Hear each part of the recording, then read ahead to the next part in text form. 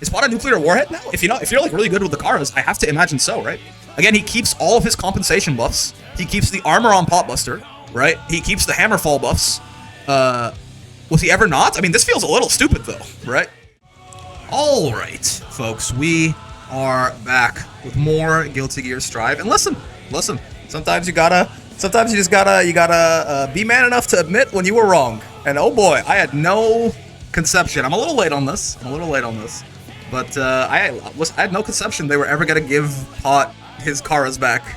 I was like, they removed them. That's a huge design change to the character, right? Like that's not the kind of thing you would do without putting some thought into it first. They gave him a bunch of very nice compensation buffs. I feel like they almost tried to rework him to make like Hammerfall, like what used to be the role of the 6Ks and the Kara cancels kind of got taken up by Hammerfall. So in my defense, I think I had a lot of very valid reason to assume that they would never roll it back like this, but they just did, okay? At the end of the day, they just did, okay? They gave Pot his Karas back, and cool, I guess, right? Yeah, and yeah, me when Pot Kara cancels into Armor Buster. Yeah, the weird thing is almost all of the compensation buffs that they gave Potemkin, as like, we're sorry we took Kara cancels away, like here's all of these buffs, almost all of them are still here. Like, notably, maybe the only thing is like the Pot Buster damage got taken down like a lot, but which is one of the sort of compensation buffs they gave him. But across this patch, they did kind of like take the main things in this patch is they kind of took damage down across the board for the most part.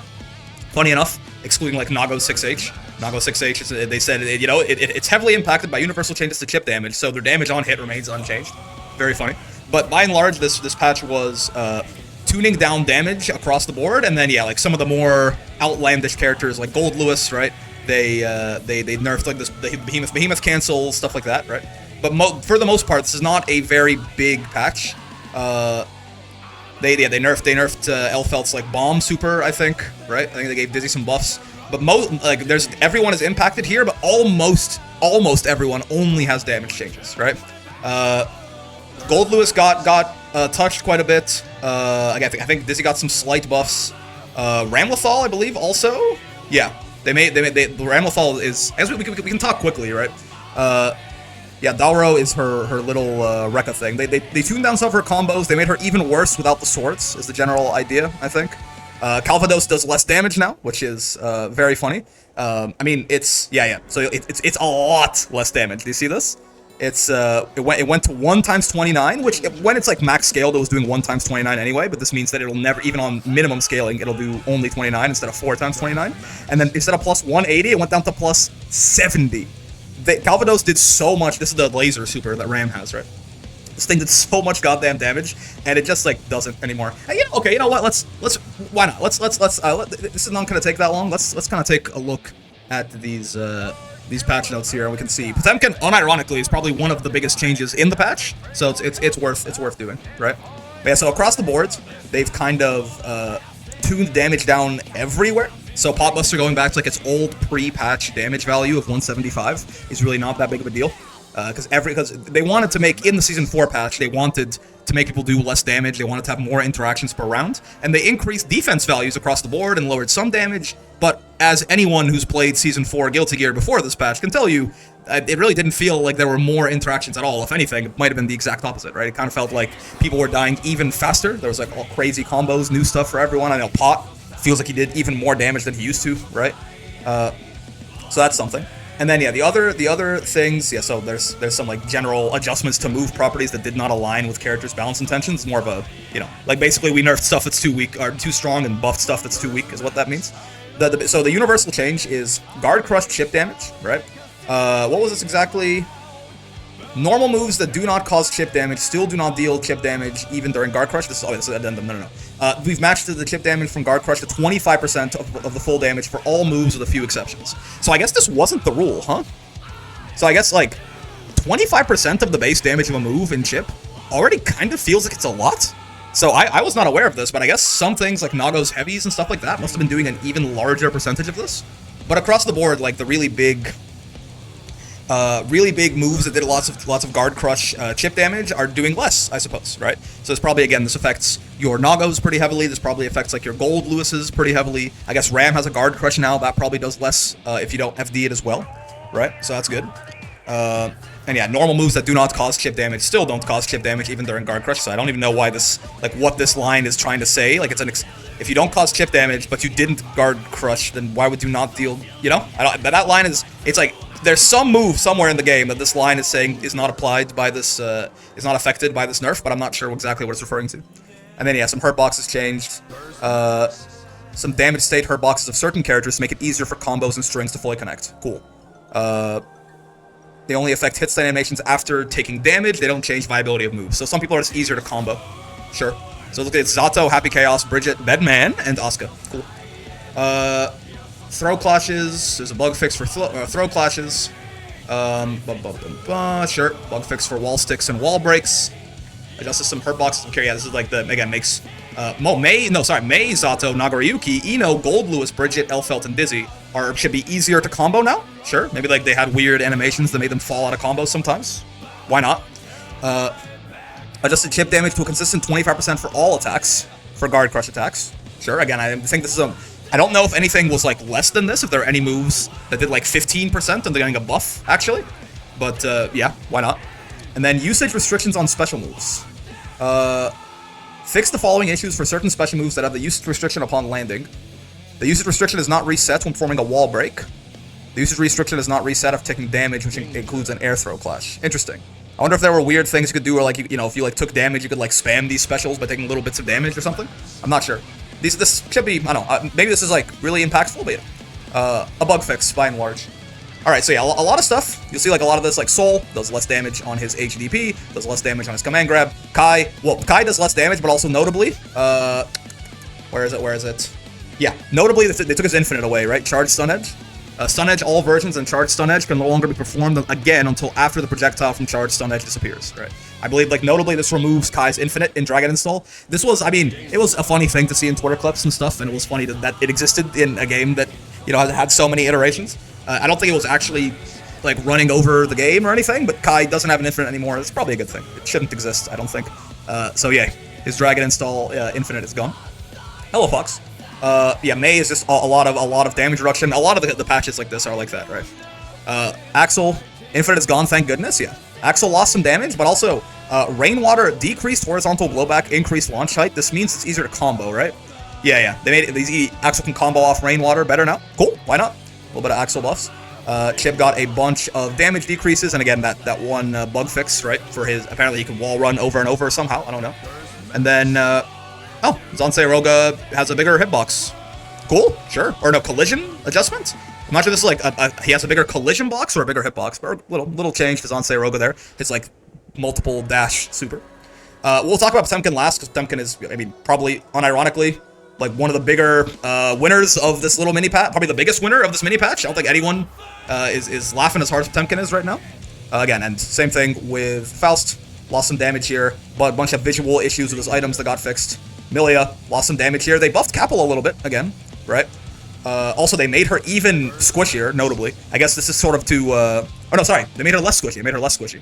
Yeah, decreased defense value, but a high defense value multiplies the amount of damage you take. So she's less squishy, and she lost a lot of damage, right?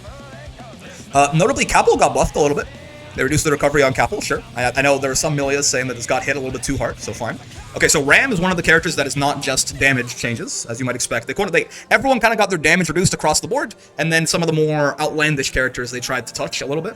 So, our intent in the previous update was to make her weaker without the swords. However, it was simple for her to stall time until she could recover her swords, resulting in a lack of contrast and strength depending on the presence of her swords. We've increased the duration of time before she can recover her swords to make this a clear weakness. So when she throws the swords away, it takes her longer to be able to pick them up again, so that's good. But yeah, so that's honestly, depending on exactly how, I haven't played the game since this patch went live. Again, I am like a week and a half late on this or something, but we also made adjustments for moves that were overly powerful even without the swords. Dalro is her little 623P, right? Yes, yeah, it's a little, her little, like, upward claw strike thing. That was a combo tool sometimes. It can't combo off moves like 2K, sure, so they've made it so she has to get some bigger hits to combo into that.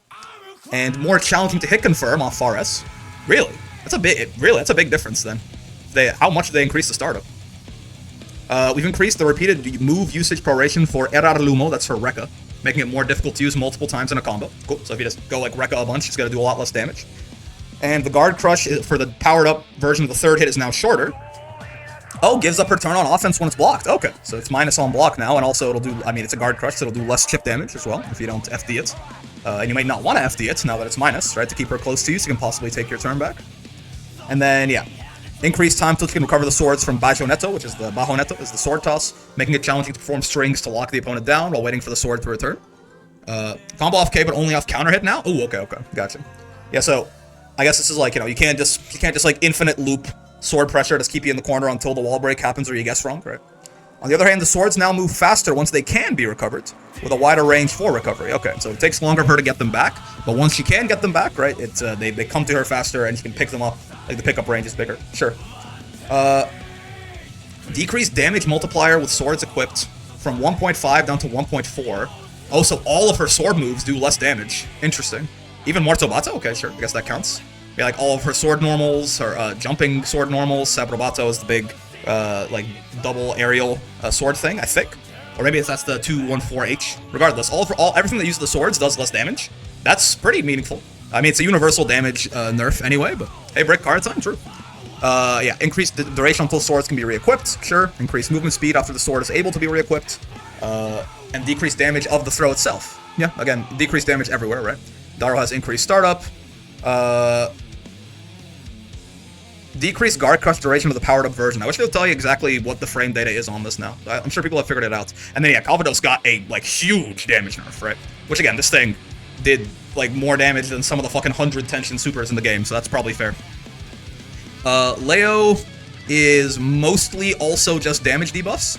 But, yeah, his HS version of Eisenstrom, I think Eisenstrom is the thing where he slams down, he gets that, like, shield around him, and it puts him in back turn stance, right? This has less horizontal blowback. Yes, this is on hits, right? So you can combo off this thing easier, is that what it is? Decreased horizontal blowback of the first hit and final hits. Yeah, I think this is like he combos off it easier, sure. Decreased impact of horizontal blowback combo proration, sure. Nago is mostly, I mean, he is pretty changed by the universal stuff, right? The guard crushes do hurt him a lot, right? But he's otherwise basically unchanged, right? His 6k, well, funny enough, they did take his Karas away. Unless it's a special move or overdrive. Well, I mean, I guess, did he do, like, Kara into normals that often? Maybe he did, like, a Kara 6H or something. But yeah, so they took part of his Karas away and gave them back to Pot, which is funny. Blood Rage is easier to punish if you get hit with it midair. And yeah, so his big sword normals do a lot less chip damage now, so they you know, they do less damage on Guard Crush or on block. But notably, they did not remove any damage on Nago. You see this?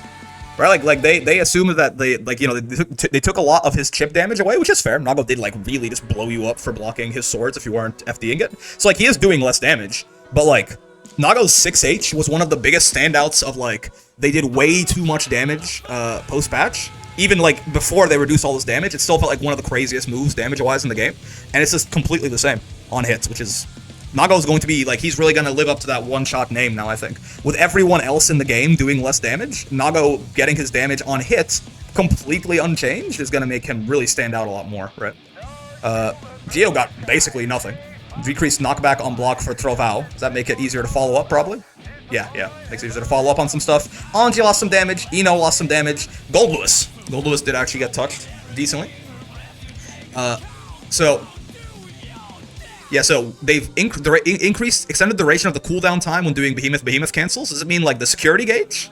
Yeah, it takes longer for his security gauge to come back when he does Behemoth cancels, right? Less damage on his 4H, or his 6H rather. Increased base damage scaling for all versions, so he's gonna hit you, less hard, except the overhead versions, so sure. Fix an issue causing the Behemoth Typhoon follow-up to occur when pressing heavy slash twice at a certain timing. Okay, so some input buffer stuff happening.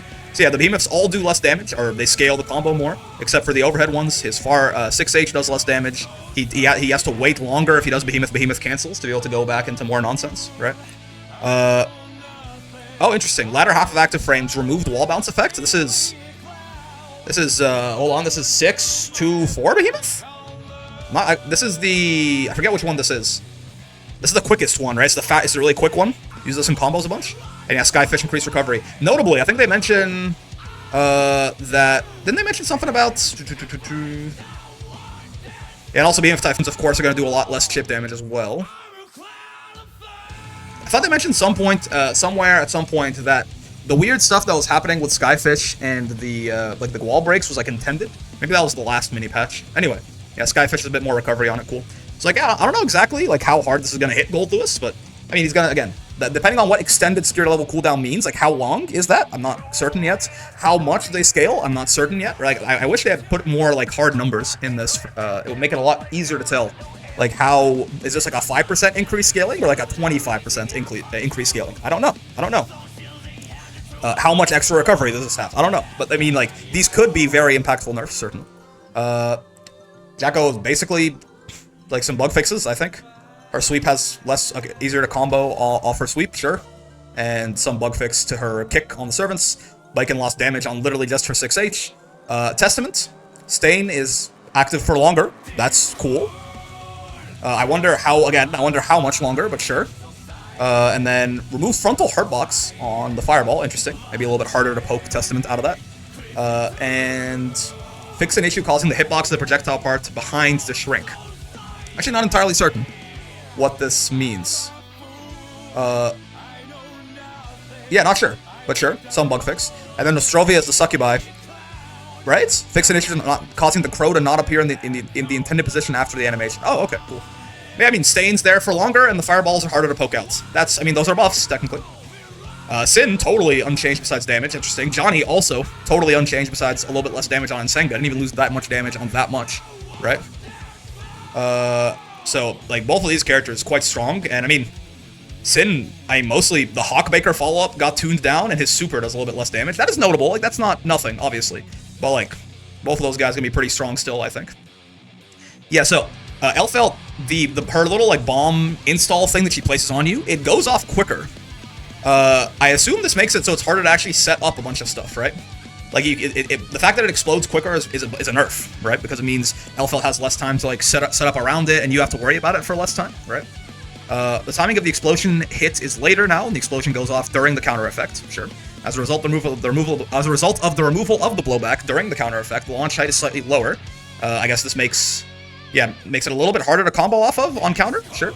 And Elphelt's at an advantage for longer now when explosion triggers during. Oh, never mind. Elphelt's an advantage for longer now when the explosion triggers during the counter effect. Removal of the blowback. Oh, okay, never mind. Oh, I see. So they remove the blowback horizontally, I suppose, but also they launch slightly lower. Okay, but overall it's a good thing for her. So she can combo off it better, but it's just around for less time, right? Yeah. Decreased duration before the explosion, making it easier for the opponent to handle. On the other hand, the quicker timing makes it easier for Elphelt to put together mix-up strings. Okay, it's like maybe a side grant? But I think this is probably a little bit easier to deal with overall, right? And Testament lost some damage. Slayer lost a little bit of damage, right? Again, there are definitely characters they want to remain extremely high damage, Slayer being one of them, right? Slayer lost a little bit of damage. Slayer is still going to hit you just as hard as he used to, and again, with the whole cast losing a lot more damage in a lot more places, he's going to stand out even more, kind of like Nago, right? And then Dizzy, fix an issue causing attacking player's burst gauge to restore when triggering wall stick with an attack ending in frozen state. With attack ending frozen state. Interesting. Okay, sure. Maybe, like, Dizzy does also struggle with, like, building a lot of burst for her opponents, so maybe, like, this is something that it's gonna be a little... People built burst hitting her now? Now they won't? Not sure. Sure, there was some funny stuff with the ice field that apparently caused some buggy movement. That's fixed now. And so, roasting chestnuts, her little fireball, right? Oh, did they take away, like, the pseudo-infinite? The first hit is a strike hit. Ah, okay. The first hit is a strike hit, so FDing her will push her way further away, right? That's the big thing. In line with this change, the properties of the first hit now follow the rules for strike attacks. I'm not sure exactly what that means, but I do know that I'm pretty sure this means that FDing her on the first hit of chestnuts there is going to push her way further back. So probably that little, like, pseudo-infinite, not really, like, but like the pseudo-block string infinite that Dizzy had is gone, I suppose. Huh. Sure. And otherwise some buffs to it, made it a little bit easier to combo off of maybe. Expanded hitbox to the first hit, added projectile clash collision area by the hands, sure. Added frontal hitbox for the last hit. So, like, some buffs, but mostly just took her infinite away. She didn't lose any damage, which is good. I don't think she did that much to begin with, to be honest with you. And also Dizzy's new, so they don't want to touch her too much too soon. And then, of course, the big thing. So, unironic, like, I think you can kind of see, like, oh, you know, there's not that many big changes in this patch. But then, you know, somehow, Potemkin just has his Karas back. Right? All of Potemkin's Karas are back. But also, Hammerfall keeps all of its buffs, and his Potbuster is still armored, and you can still flick way more stuff than you used to.